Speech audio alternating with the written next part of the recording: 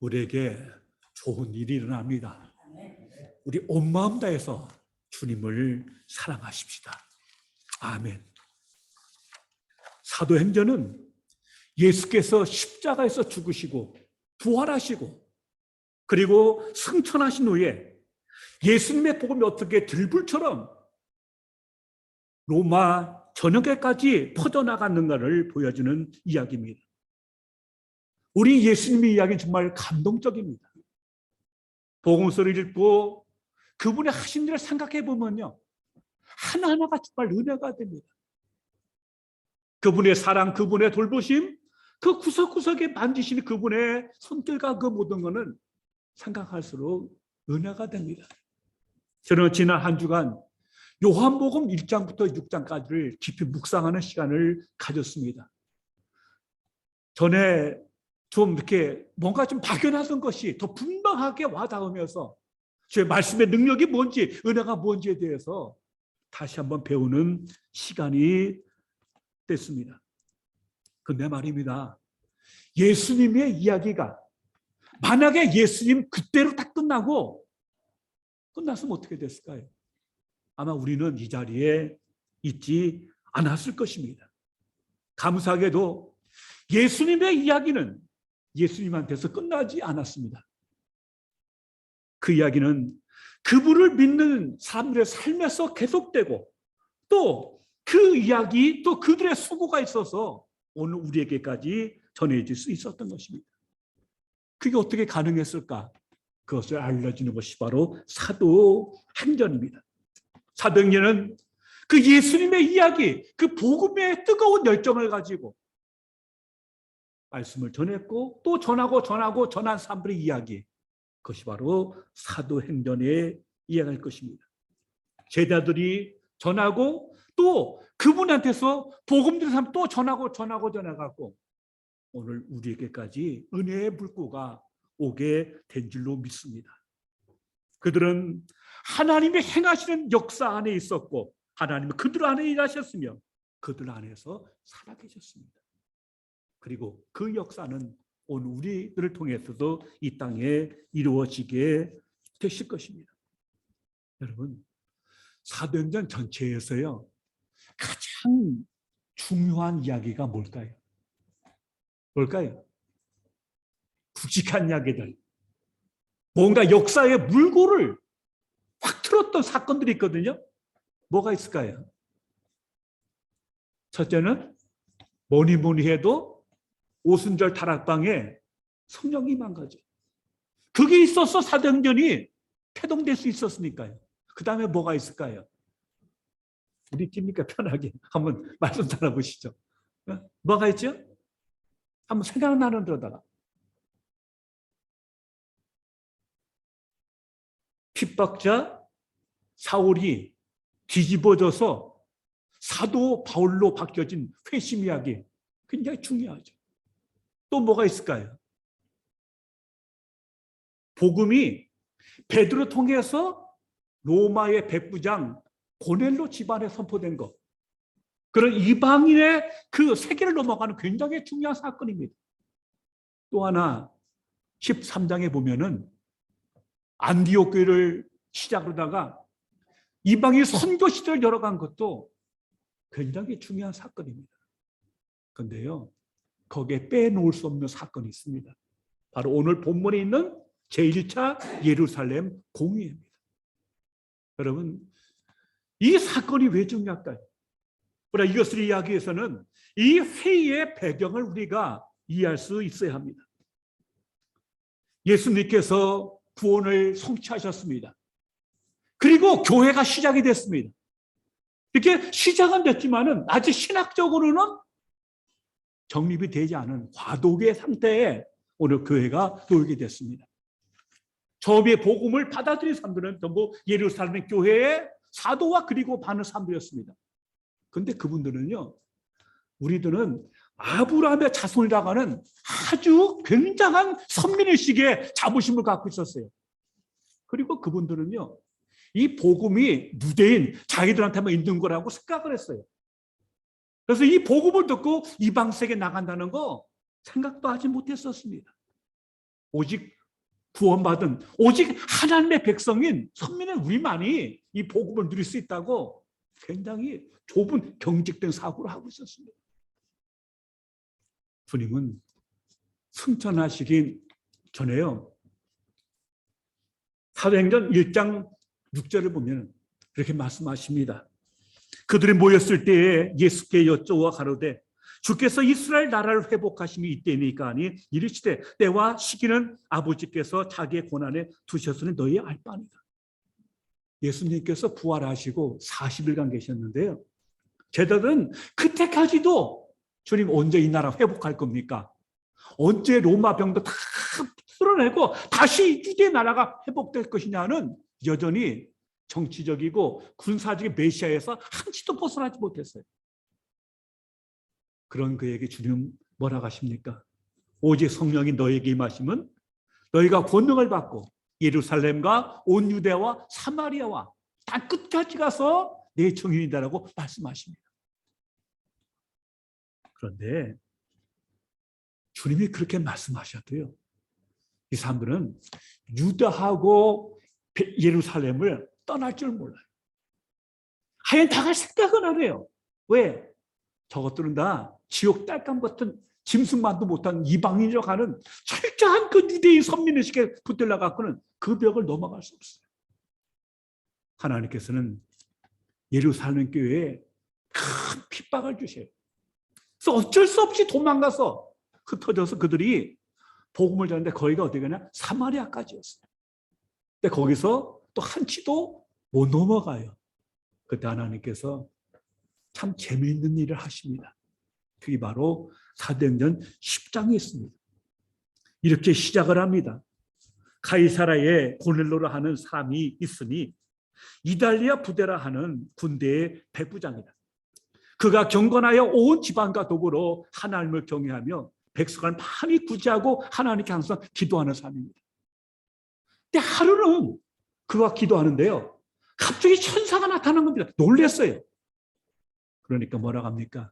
너의 기도와 구제가 하나님께 상달됐다는 겁니다. 그러면서 너는 지금 요바에 사람을 보내갖고 베드로 하는 시몬을 충만하고 그렇게 말씀을 했어요. 그러니까 고넬로가 자기 하인과 병장 중에서 경건한 사람을 보내갖고 그 요바에 보내게 됐습니다. 근데 그들이 이제 그 베드로가 머물고 있는 집에 들어오기 바로 전에요. 그때가 낮 12시거든요. 베드로가 배가 좀 고팠어요. 그래서 이제 사람들이 점심을 준비하는 중에 이 사람이 지붕에 올라 기도를 하는 겁니다.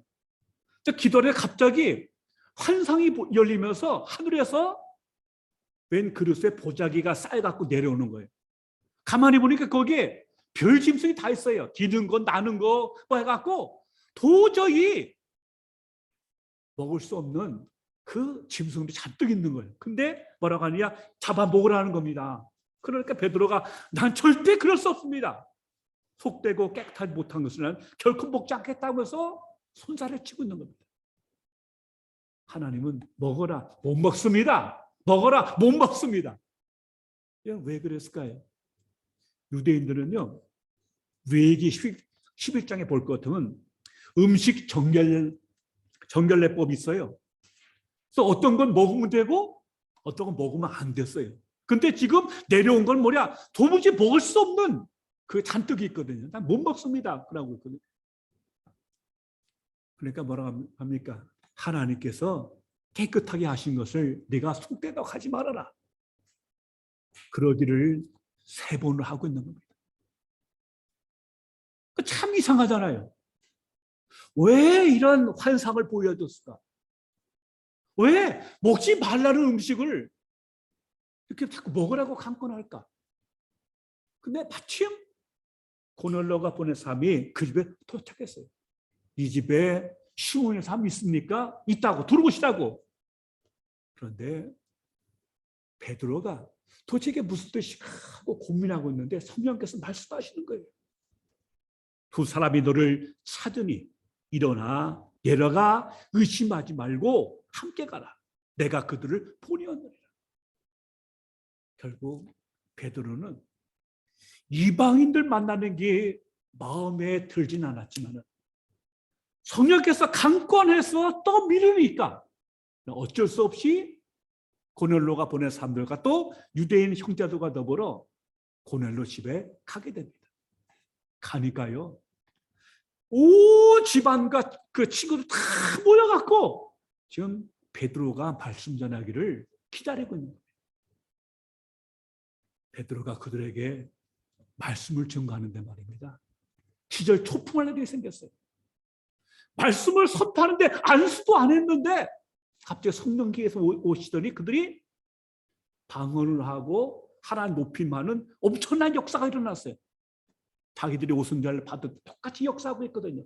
그러니까 어떻게 이런 일이 있을 수 있을까 싶어갖고 놀래갖고는 결국 그가 깨닫죠. 아, 하나님은 유대인과 이방인을 전혀 특별하지 않으시구나. 똑같이 받으시고 똑같이 품으시는구나. 그래서 내가 어떻게 그 역사를 맡겠냐 싶어갖고 베드로와 함께 간 사람들이 그들에게 세례를 줍니다. 세례를 줬어요. 그리고 이 소식이 퍼지니까 예루살렘 보수파 유대인 그리스도인들이 막 들고 일어났어요. 네가 어떻게 이방인과 함께 먹을 수 있냐. 그때 베드로가 참 설명을 해요. 그러니까 잠잠하게 된 거죠. 왜? 하나님이 하신 일이니까. 그런데 사람은요, 그렇게 쉽게 안 바뀌어요. 주님이 그렇게 말씀하시고 베드로 통해서 이 강력한 성령 역사가 이루어졌음에도 불구하고 유대인들은 여전히 이방인의 벽을 넘어가기를 원치 않는 겁니다. 거대한 보이지 않는 벽이 그들을 가로막고 있는 거예요. 그런데 바울이 바나바와 함께 전도 여행을 다니면서 수많은 이방인들이 주님께 돌아오고 있거든요. 그 소식을 들어요. 그런데 왠지 불편해요.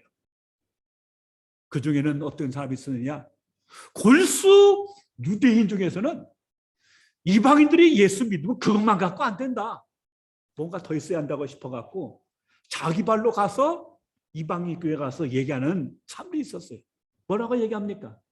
당신들이 구원받으려면 예수님 믿어가 그것만 갖고 안 된다. 두 가지가 있었는데 하나는 할례를 받아야 하고 하나는 모세의 율법을 지켜야 한다는 그런 말을 하게 된 거예요. 그러니까 사도 바울하고 부딪힐 수밖에 없는 거죠. 사도 바울은 뭘 얘기했습니까? 율법을 예수께서는 완성시켰고 이제는 오직 예수 그리스도 믿기만 하면 그 은혜로다가 구원받는다고 그러니까 전해 왔는데 거기다가 할례를 하고 그리고 또 율법 지키려 하니까 이건 부딪힐 수밖에 없거든요. 그래서 안디옥 교회에서 이 유대 그리스도인들하고 사도 바울하고 바나바가 심각하게 부딪힐 수밖에 없었어요. 근데 그 결론이 안 나요. 그러니까 안디옥 교회에서는 이러지 말고 우리가 이번에 끝장을 내자. 끝장 토론하자. 그래갖고는 바나바와 바울과 다른 성도들을 보내갖고 예루살렘 교회 사도들과 장로들 앞에서 이 문제를 정식으로 제기해서 이 문제를 해결하자고 한 거예요. 그래서 그들 보내서 열린 회의가 제1차 예루살렘 공회가 되고 있는 것입니다. 오늘 보면 쭉 보시면은 이제 바울과 바나바가 예루살렘에 도착합니다. 그래서 그동안 하나님께서 어떻게 역사하셔서 이방인들 형제들을 교회에 오게 하는가를 얘기해요. 그리고 막 토론이 일어나요. 그때 베드로가 일어나갖고 아까 제가 말씀드린 성령께서 자기를 통해서 어떻게 고넬로의 집에 복음을 선포하게 하셨는가를 그 얘기를 다시 또 하는 거예요. 그리고 나서 정식으로 바울과 바나바가 선교 보고를 하는 겁니다. 하나님께서 자기들 통해서 어떻게 이방사에게 복음을 전했고 수많은 형제들이 주님께 돌아오게 됐는가 하는 선교 보고를 합니다. 그리고 나서 이 공의회의 의장적인 야고보, 이 사람은 그 사도 요한의 형제가 아니고 예수님의 친 형제인 야고보가 그 당시에 예수 믿고 예루살렘 교회에 기둥적이 되어 있었고 그분이 공의회 의장이었어요. 야고보가 권위 있게 자기 의견을 얘기합니다. 그리고 결국 결론은 뭐냐? 그 야고보의 의견대로 결론이 뭐냐면은 더 이상 이방인 형제들한테 우리도 감당하지 못하는 율법이나 할례를 강요하지 말아라. 오직 예수 그리스도를 믿기만 하면 은혜로 구원받는 사실을 분명히 결론냅니다. 그러면서 단 4가지만 생각하자. 그거는 이방인의 제사에 드려진 음식 먹는 문제, 그건 안 된다. 또 음행하는 거 물론 안 된다. 그리고 목매어 죽인 거하고 피는 멀리하자. 그 4가지만 얘기합니다. 그 4가지는 구원의 조건이 아닙니다. 단지 이방인 그리스도인데 그렇게 먹고 마시고 하면은 그걸 보는 유대인들이 참 거리끼고 마음의 양심에 부대끼니까 서로 식탁 조절을 위해서 유대인들이 싫어하는 거, 그거는 하지 말자. 그건 또 이방인들 충분히 할 수 있는 거 아닙니까?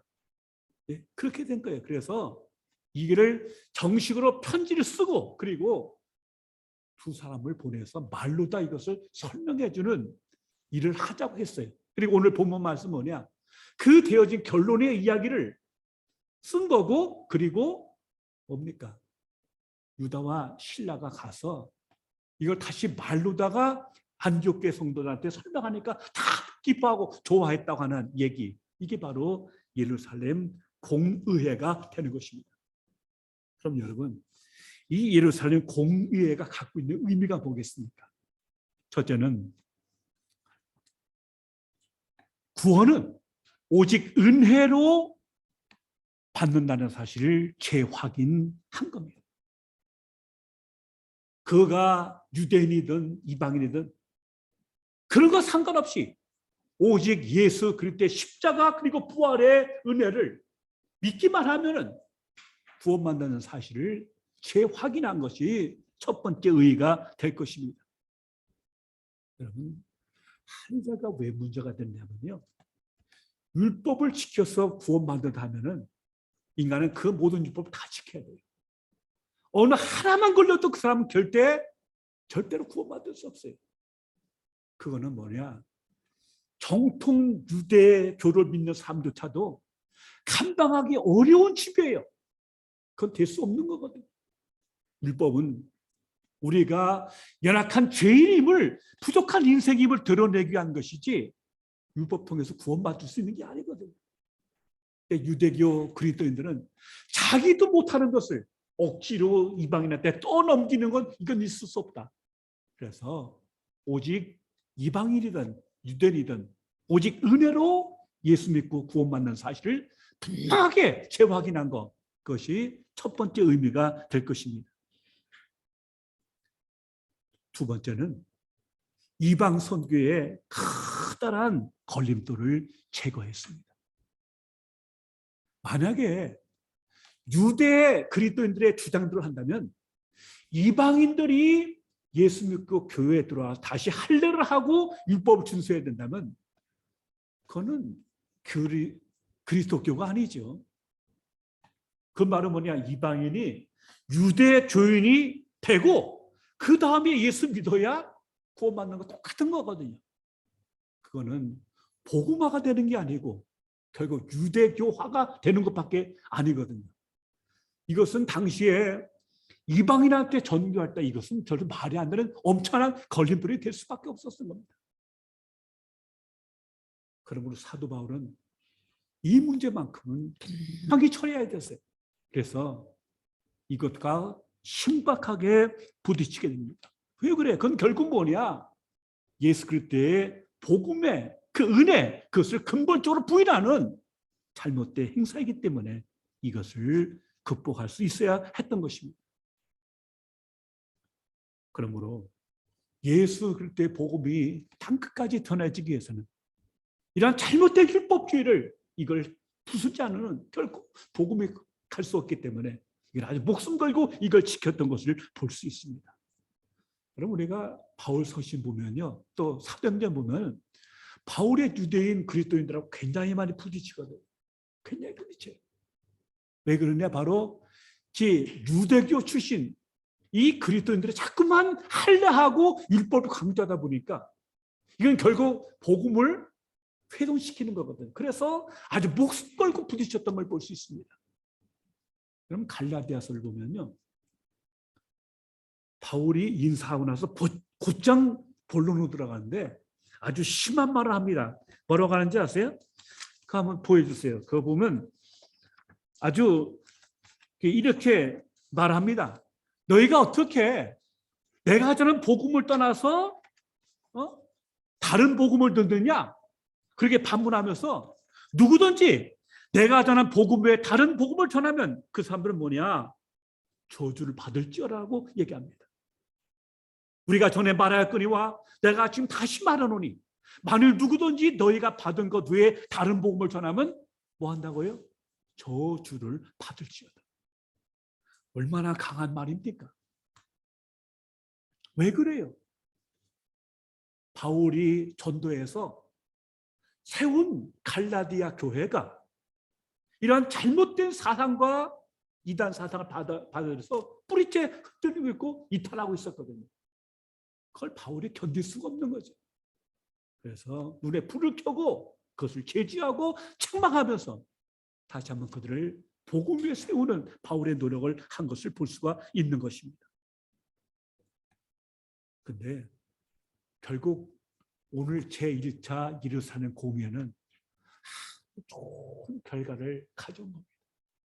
그래서 신학적으로 정리가 잘 됐고 유대인이나 이방이나 전혀 상관없이 오직 은혜로 구원받는 사실을 다시 정립한 굉장히 중요한, 그래서 이제부터 복음이 이방인 세계에 나가는데 전혀 거리낌이 없이 아주 획기적인 사건이 바로 이 제1차 예루살렘 공회였던 것입니다. 그럼 여러분, 이제 하나 남은 질문이 하나 있어요. 어떻게 이렇게 격렬하게 다툴 만큼 다른 생각과 다른 철학과 다른 신학과 배경을 가진 두 그룹이 어떻게 하나 된 좋은 결론을 만들어낼 수 있었을까요? 어떻게 가능했을까요? 유대교 출신의 그리스도인들, 그리고 이방 세계에서 예수 믿고 돌아온 사람들, 참 섞이기 어렵고 생각과 모든 게 다르거든요. 그래서 갈등했어요. 그래서 다퉜어요. 어떻게 이렇게 아름다운 합의를 이끌어낼 수 있었을까요? 그래서 교회가 이 벽을 허물고 정말 복음을 들고 땅끝까지 나간 아주 전화점이 되는 아주 기념비적인 사건이었거든요. 어떻게 가능했을까요? 그것을 오늘 본문은 말하고 있습니다. 자, 28절 보십시오. 뭐라고 합니까? 오늘 설교 제목이기도 한데요. 성령과 우리는 이 요긴한 것들 외에는 아무 짐도 너희에게 지우지 아니하는 것이 옳은 줄 알았노라. 중요한 말이 뭡니까? 성령과 우리는이란 말입니다. 여러분, 이게 무슨 뜻입니까? 이 결론은요, 우리의 사람들만의 결론이 아니라는 겁니다. 이 결론이 이끌어지기 위해서는 먼저 뭐예요? 성령님과 우리가 한 마음을 가지고 같은 동일한 결론을 이끌어냈다고 하는, 이건 다시 말하면 우리들의 뜻일 뿐 아니다. 그것은 성령 하나님께서 기뻐하는 결론이라는 그런 의미가 본문에 들어있는 것입니다. 그렇지 않습니까? 그렇기 때문에 누구도 상처받지 않고 하나가 됐고 보다 나온 아름다운 결론을 만들 수 있었던 것입니다. 그러면 어떻게 이 일이 가능했을까요? 사실 15장 1절부터 29절에는요, 이 성령이라는 말이 요 하나밖에 안 나와요. 근데 어떻게 이 일이 가능했을까요? 아마도 누가는, 이 사도행전을 저술한 누가는 구체적으로다가 성령이라는 말을 쓰지 않았지만은, 그럼 이 회의를 앞두고 기도하지 않았을까요? 이 굉장히 중요한 회의를 앞두고 바울이나 예루살렘 지도자들이나 정말 기도하지 않았을까요? 하나님, 이건 중요한 회의입니다. 복음에 상당히 굉장히 중요한 회의인데 회의를 주께서 이끌어 달라고 하는 기도를 안 했을까요? 저는 충분히 했다고 믿습니다. 그리고 안디옥 교회가 바울과 바나바를 예루살렘 교회에 보내면서 이 중요한 문제 앞에 또 안디옥 교회가 기도하지 않았을까요? 하나님 도와주십시오. 좋은 결과가 나오게 해주십시오. 서로에게 기쁨이 되게 하고 하시옵소서 하는 기도를 드리지 않았을까요? 저는 기도했다고 믿습니다.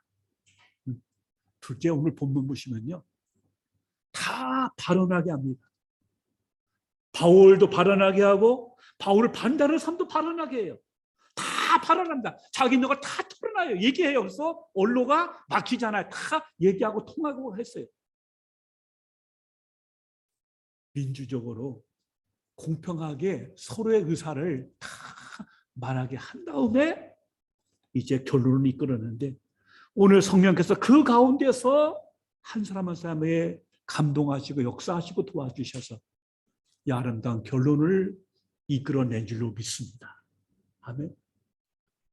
그래서 이 회의가 복음의 막힘이 아니고 다툼과 깨지고 갈라지는 게 아니고 그들을 하나로 모아서 이 복음이 땅끝까지 증가하는데 결정적인 전환점이 됐던 것, 이게 바로 제1차 예루살렘 공예입니다.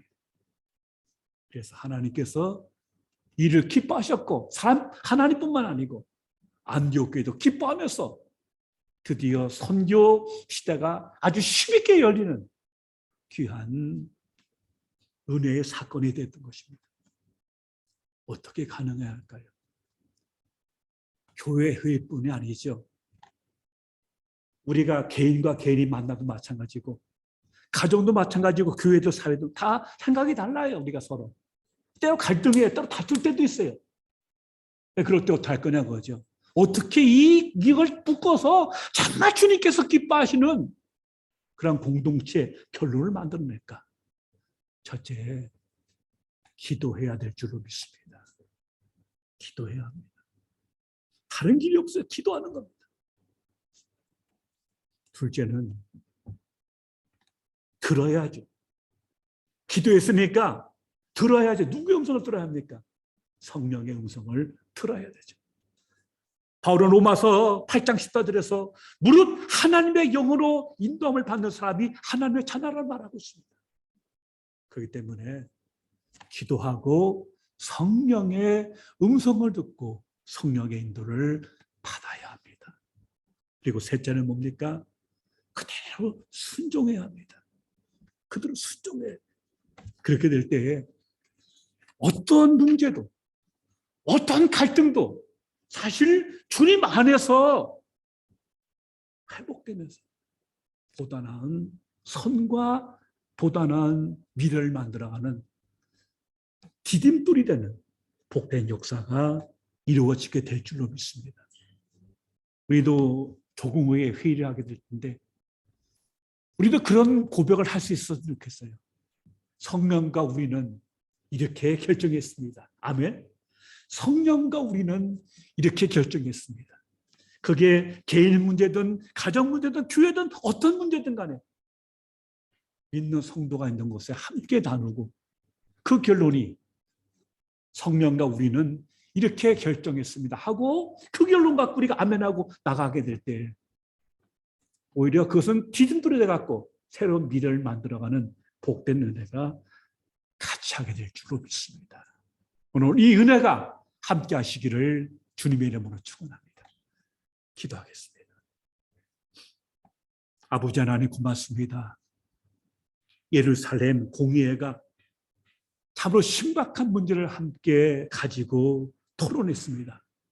갈등도 하고 다툼도 있었지만은 그들은 기도하면서 하나님의 음성에 귀를 기울였고 결국은 성령과 우리는 이렇게 결정했다가는 아름다운 합의를 도출해내고 우리 이 사건 때문에 더욱더 복음이 힘있게 뻗어나가는 전환점이 된 것을 기억합니다. 우리 가정이, 우리 개인이, 그리고 우리 교회가 이들과 똑같이 성령과 우리는 이렇게 결정했다고 결론되고 하나님 기뻐하는 복음 역사를 만들어가는 우리 모두가 되게 하여 주옵소서. 영광받아 주옵소서. 우리의 모든 마음을 만져주시고 이끌어주시고 함께하사 이 땅에 주의 나라가 확장되는 데 쓰임받는 우리 모두가 되게 하여 주시옵소서. 예수님 이름으로 기도하옵나이다. 아멘.